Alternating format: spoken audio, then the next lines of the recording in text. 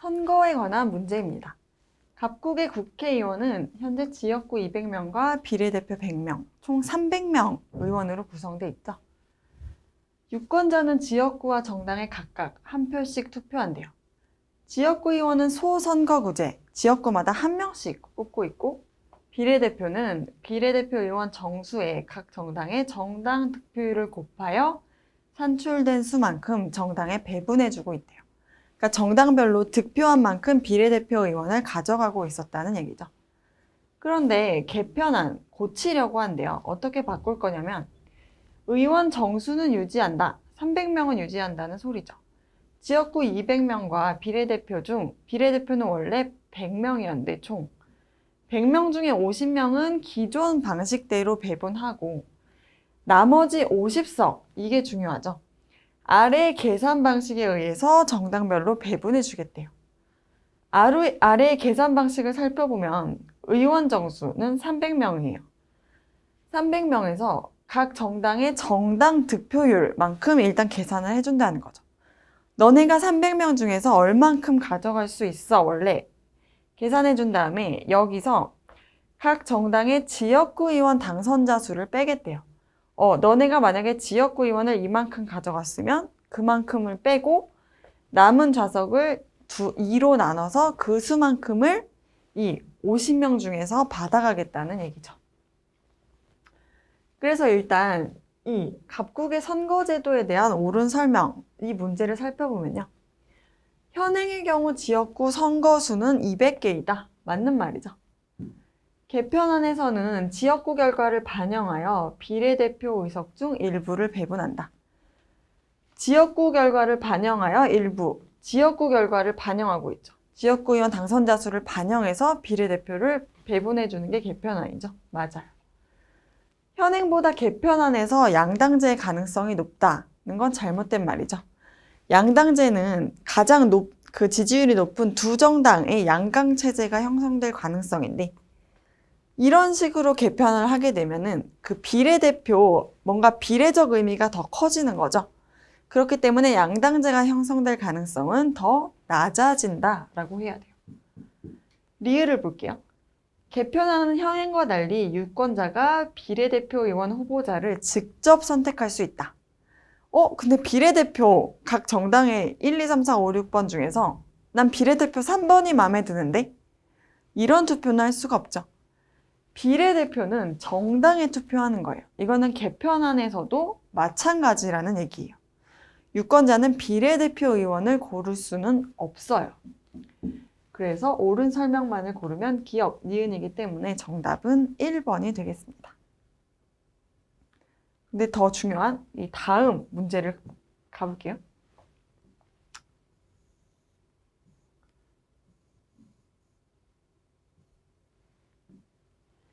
다음 자료는 이제 이 나라의 최근 선거 결과라고 하는데요.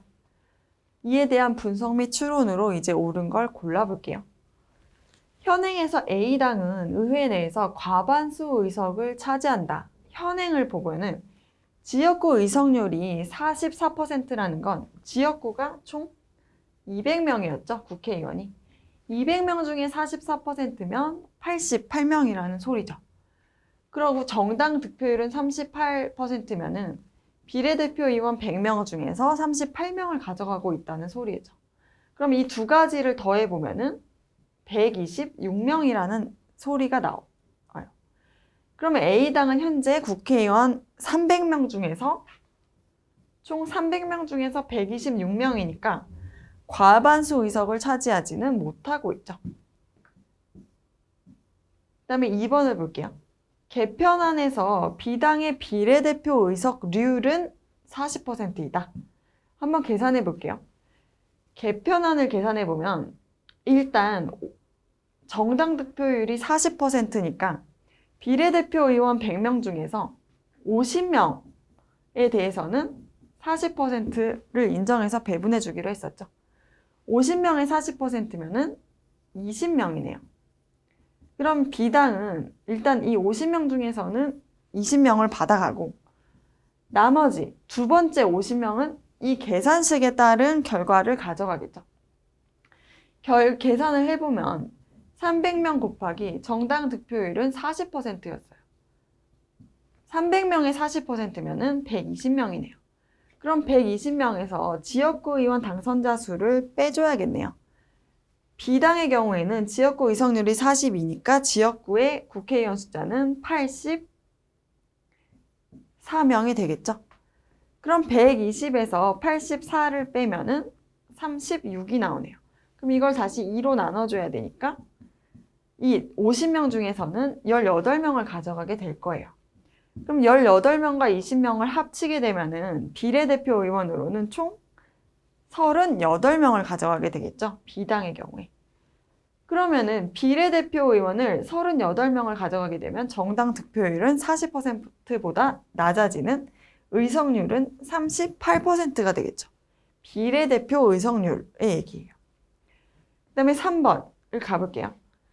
C당의 총 의석수는 현행과 개편안이 동일하다.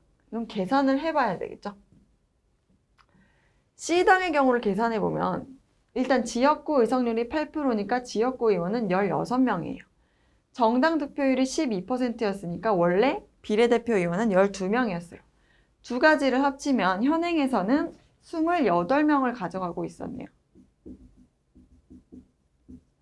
그런데 개편을 하게 되면 종전의 지역구 16명은 그대로 동일해요. 그 다음에 개편한 50명 중에 12%인 6명은 종전이랑 동일하게 가져오겠죠. 근데 나머지 이 50명에 관한 이 수식을 적용해 보면은 300 곱하기 정당 득표율이 12%니까 36명이네요. 36명에서 지역구 의원 16명을 빼면 20이 되죠. 그럼 이걸 다시 2로 나누면은 이 부분은 10명이 되겠죠. 그러면 이 세 개를 더해 보면은 22에 10을 더하면 32명이 되네요. 그러면 현행과 개편의 경우에 국회의원 숫자가 동일하지 않죠? 다시 읽어보면 C당의 총 의석수는 현행과 개편안이 동일하다라고 되어 있는 건 틀린 말이 되겠죠. 그 다음에 4번을 풀어볼게요. D당의 경우 현행과 개편안 모두에서 과소대표된다. 한번 풀어볼게요. D당의 경우에는 지역구가 6%니까 지역구 의원은 12명이라는 얘기예요. 정당 득표율은 10%니까 현행에서는 10명을 받아갔어요. 그러면 합쳐보면은 현행에서는 의원이 D당의 현행은 22명이라는 소리죠. 그런데 개편을 해서 D당의 의원이 몇 명인지 살펴보면 지역구 12명에 50명 중에 10%니까 5명, 여기까지는 똑같이 받아와요, 종전이랑. 그런데 바뀐 이 50명에 대해서 이걸 계산해보면은 300 곱하기 10%니까 30명이죠.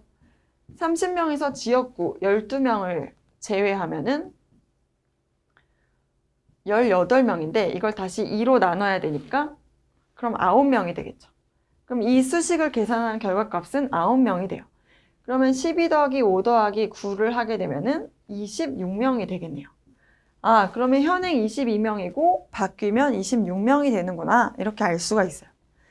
그런데 정당 득표율을 계산해보면 D당의 경우에는 10%니까 300명 중에 10%면 원래 30명을 가져왔어야 적정하게 대표된 건데 현행이나 개편안 모두 30명에 미치지 못하고 있죠. 그러면 내가 정당 득표율보다 현재 국회의원의 숫자가 더 적으면 이거를 바로 과소 대표됐다고 하죠. 과소. D당의 경우 현행과 개편안 모두에서 과소 대표된다. 그래서 이 4번이 맞는 말이 되겠죠. 그 다음에 5번을 풀어볼게요. 선거제도를 개편하면 B당은 A당과 달리 유리하다. 이런 말이 있네요. 그럼 이때 A, B를 다 계산을 해봐야겠네요.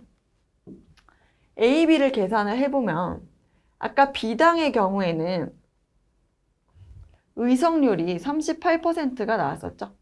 그럼 A당의 의석률을 계산해보면은 이 정답을 알 수가 있겠네요. 그럼 A당의 경우에는 지역구는 88명이고 원래 38명 가져갔으니까 126명이었죠.